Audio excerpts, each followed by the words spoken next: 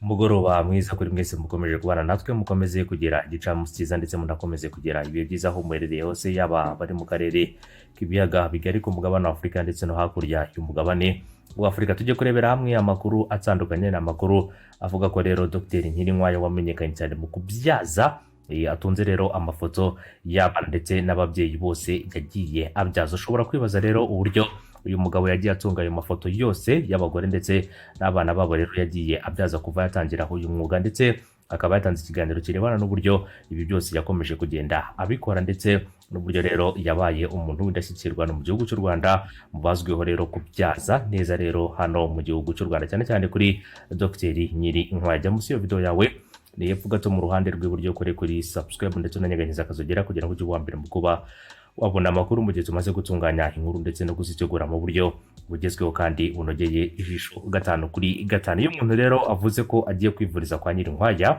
abenshi rero mu bajya kwivuza bahita bamenya ahariho. Ni izina rero rimaze kumenyekana ndetse rizwi na benshi hano mu gihugu cy'u Rwanda ku birebana na Dr Nyirinkwaya. Hanyuma ikindi kandi ikinyamakuru Kigali Today kikaba cyagiranye ikiganiro na Dr Nyirinkwaya Jean Chrysostome, akaba ari umugabo wabonye izuba mu mwaka w'1954 agakura yifuza kuzaba umusirikare cyangwa kuba umukanishi, bikaza kurangira yisanze ari umuganga. Kuba rero atarabashije kuba umusirikare bisobanurwa nuko rero yakuriye mu buhungiro i Burundi, bityo kuba umusirikare uri impunzi bikaba ari ibintu bitoroshye ngo ujye mu ngabo z'ikindi igihugu. Kuba rero yarabaye impunzi avuga ko ngo rero biri mu bintu atazibagirwa ndetse akaba ari ibintu asanga bibi rero yagize mu buzima, no kuba rero yarabuze murumuna we, ababyeyi be ndetse n'inshuti. Imyaka rero Dr Nyirinkwaya amaze ari umuganga n'imyaka y'umunezero kuri we, dore ko rero ari umuganga w'abagore, icyo twita rero gynecology,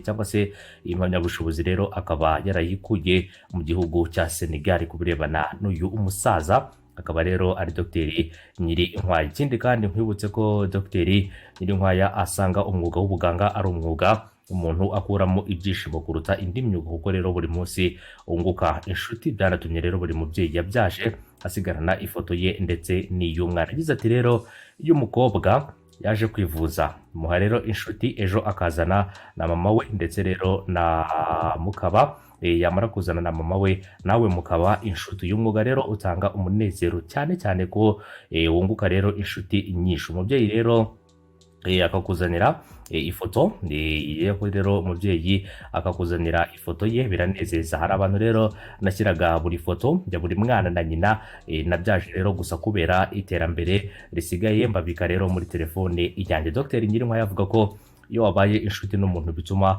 muhorana, bityo rero ukanagira amafoto ye. Asaba rero abakiri bato gukunda kwihugura ndetse no gukorera mu maklinike ku baganga bakore cyangwa se bakamenya rero ibintu bishya, bagahora bafite amakuru mashya kandi bakibuka rero kwerekana urugwiro mu kazi kose bakora, cyane cyane rero abaganga. Agize ati rero buriya iyo umuntu aje akugana uri muganga akeneye ko umuramutsa ukamwakira nk'umuntu n'urukundo, yaba rero ari umukire cyangwa umukene, abaje rero afite ubwoba agukeneye, mufatire rero cyangwa se mufatira umwanya, wirinde kurondogora kugira ngo udatinza abandi, ariko rero abone ko wamwitaye. Mu buzima busanzwe Dr Nyirinkwaya akunda umuziki rero no kuwumva, cyane cyane rero country music, akaba yarigeze gukina mu cyiciro cya gatatu mu ikipe ya yaje rero kubyara Vitaro y'u Burundi. Gusa rero kuri ubu ngubu basigaye akora siporo yo kugenda n'amaguru kuko ivi rero rye ryagize ikibazo cyo kwangizwa n'impanuka yagize, rero akaba ari impanuka yigeze gukora. Ikindi kandi akunda umupira w'amaguru, akaba akunda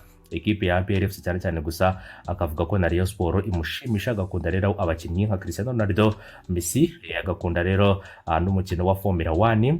Muri Formula 1 agakunda umukinnyi w'umwongereza bita Lewis Hamilton, akaba rero yarakundaga Bagore agikinamo Armstrong. Kugira ngo rero ibyo ni bimwe mu bishimisha Dr Nyirinkwaya, umwe rero mu bagabo bakomeye cyane kandi bagize uruhare rukomeye cyane mu ibyazwa rero ry'abagore benshi batandukanye hano mu gihugu cy'u Rwanda, ndetse n'abandi benshi batandukanye mu bamuzi muri bikorwa byinshi bitandukanye ndetse na serivisi nyinshi zitandukanye rero yagiye aha ababyeyi bose bajyaga rero kubyarira ku bitaro byo kwa Nyirinkwaya. Wasanga rero natwe twaravukiye kwa Nyirinkwaya, uyu munsi akaba ariho twavukiye cyangwa se tukaba twaravukiye mu gihe cyashize, ndetse birashoboka ko nawe uri gukurikirana iyi nkuru n'uwa uri umwe mu bejo bundi ushobora kuba waravukiye kwa Nyirinkwaya nawe akaba afite ifoto yawe ndetse n'umubyeyi wawe nk'uko uyu musaza yakomeza kugenda abitangaza. N'umugabo ubona ko akuze ariko nanone ufite ubwenge bwinshi cyane kandi wagiye akora ibikorwa byinshi bitandukanye birebana rero no kuba yatanga serivisi. Akaba ari umuganga w'abagore cyangwa se abantu b'igitsina gore, akaba ari umwe mu babavura kandi bagakora iyi serivisi ndetse n'akazi kabo neza cyane cyane ku birebana na Dr Nyirinkwaya. Reka dukomeze kumwifuriza kugubwa neza ndetse no gukomeza kugira ibihe byiza aherereye hose, ndetse tunamwifurize akazi keza mu mirimo ye ya buri munsi ku birebana n'uyu mugabo, ndetse twizere neza ko rero hari abandi benshi yagiye abera urugero rwiza kubifuza rero kuzakora uyu mwuga w'ubuganga ndetse bakanakora byinshi bigiye bitandukanye. Kuba rero ari umuganga w'abagore yavuga ko rero ari ibintu yishimira cyane kandi avuga ko yagiye yungukiramo inshuti nyinshi zigiye zitandukanye. Akaba rero ari umuganga uvura indwara bita gynecologie mu rurimi rw'igifaransa, akaba ari impamyabushobozi yayikuye rero mu gihugu cya Senegal, akaba ariho yize i Dakar hariya mu gihugu cya Senegal. Reka rero mbifurize gukomeza kugira umunsi mwiza. Abaganga ni abantu bakomeye cyane, abaganga ni abantu rero bafite ubuzima bw'abantu mu biganza, ikindi kandi ni abantu bakora byinshi bitandukanye kugira ngo n'abandi babeho bitewe n'uko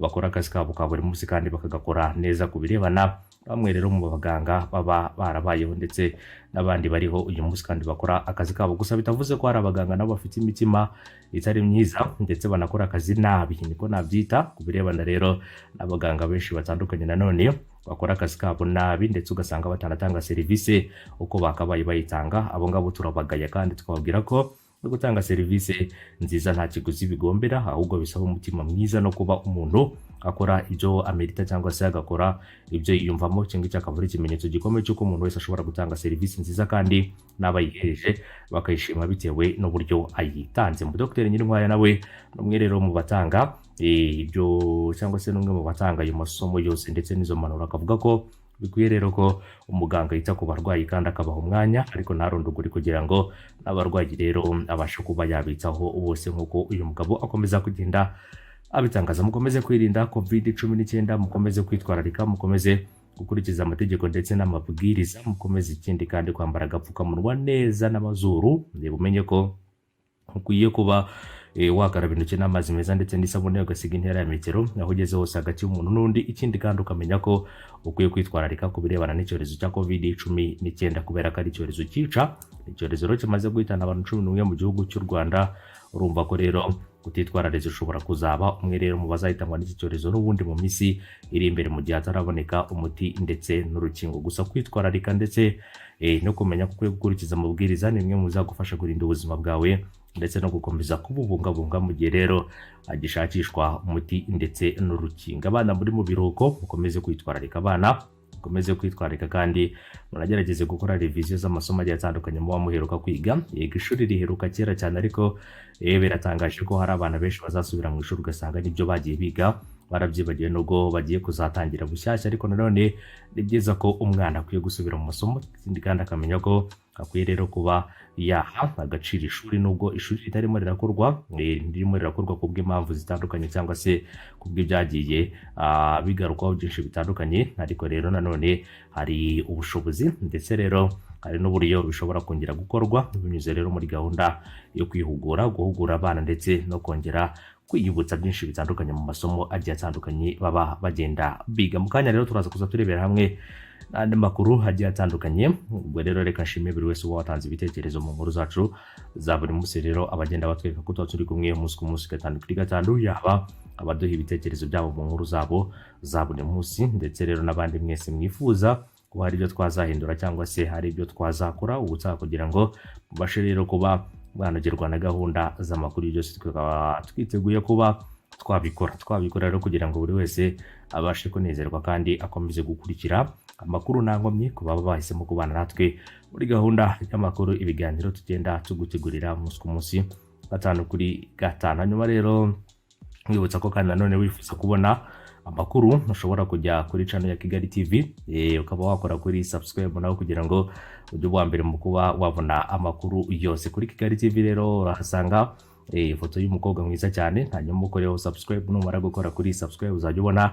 amakuru yihuse kandi amakuru agezweho buri munsi, cyane cyane mu nkuru ziba zagiye zitambuka, amakuru ari breaking ndetse n'andi makuru yose abagezweho. Aho hose ushobora kuba wahakurikirana amakuru mu nkuru rero zigiye zitandukanye umunsi ku munsi, gatanu kuri gatanu. Reka rero mbifurize gukomeza kugira umunsi mwiza ndetse no gukomeza kugira ibihe byiza. Hanyuma rero mu kanya turaza kuza turebera hamwe n'andi makuru agiye atandukanye araza kuba agezweho mu nkuru zacu rero za buri munsi tugenda tukugezaho gatanu kuri gatanu. Reka rero mbifurize gukomeza kugubwa neza, mukomeze kugubwa neza rero, murakomeze kugira umunsi mwiza. Bye bye kuri mwese, bigize.